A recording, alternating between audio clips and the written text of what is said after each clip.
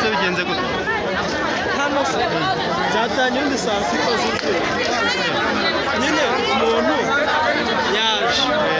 asaba amazi yo kunywa barayamwima ati nawe ntabwo wongera kuncuruza ahita zimwohereza twagiye kubona ngo wa yamusabye amazi yo kunywa yaranahaguze n'ibindi yaguze irindazi yaguze irindazi akora no kuri riti